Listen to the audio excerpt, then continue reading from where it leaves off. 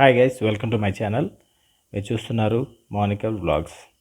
చాలామంది నన్ను gap certificate గురించి అడుగుతున్నారు. ఈ గ్యాప్ సర్టిఫికేట్ ఏంటి, ఎవరు ఇస్తారు, ఎక్కడ ఇస్తారు అనేది మనం ఇప్పుడు తెలుసుకుందాం.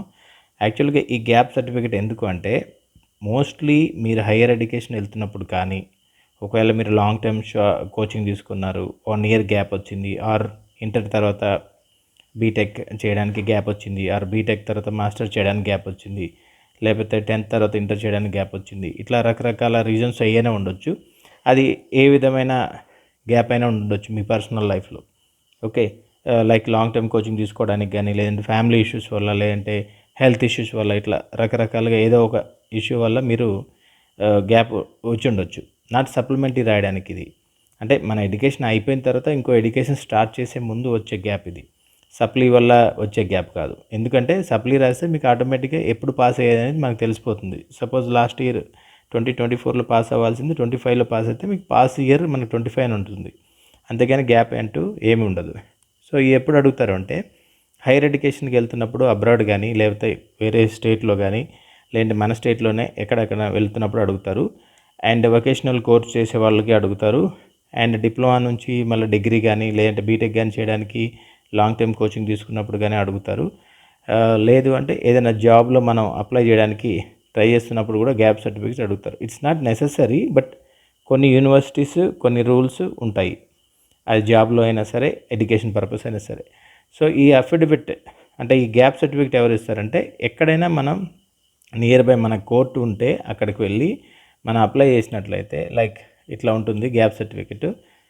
అక్కడ లాయర్స్ ఉంటారు, వాళ్ళకి అసిస్టెంట్లు అట్లా ఉంటారు. మనం కనుక్కోవాలి ఇక్కడ గ్యాప్ సర్టిఫికేట్ తీసుకోవడానికి వచ్చినాం అంటే ఇట్లా బాండ్ పేపర్ తీసుకోవాలి మనం, 100 రూపీస్ బాండ్ పేపర్.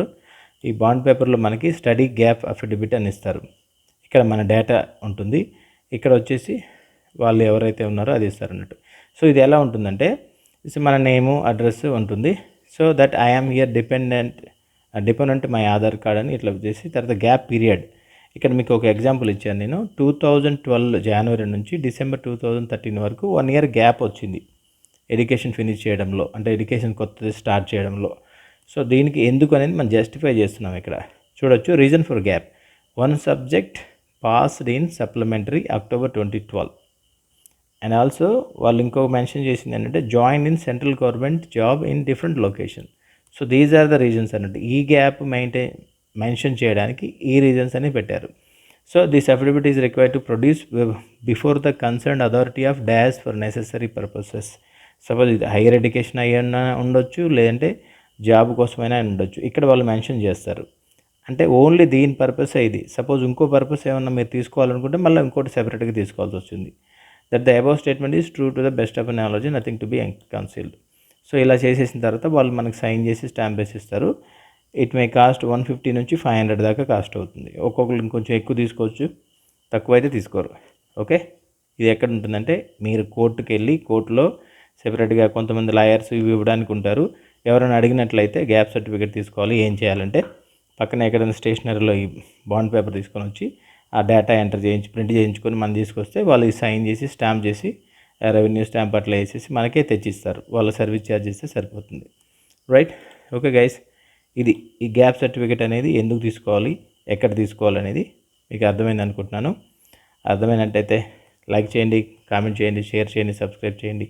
మళ్ళీ ఒక మంచి వీడియోతో కలుద్దాం. అప్పటి వరకు బాయ్ బాయ్ గైస్.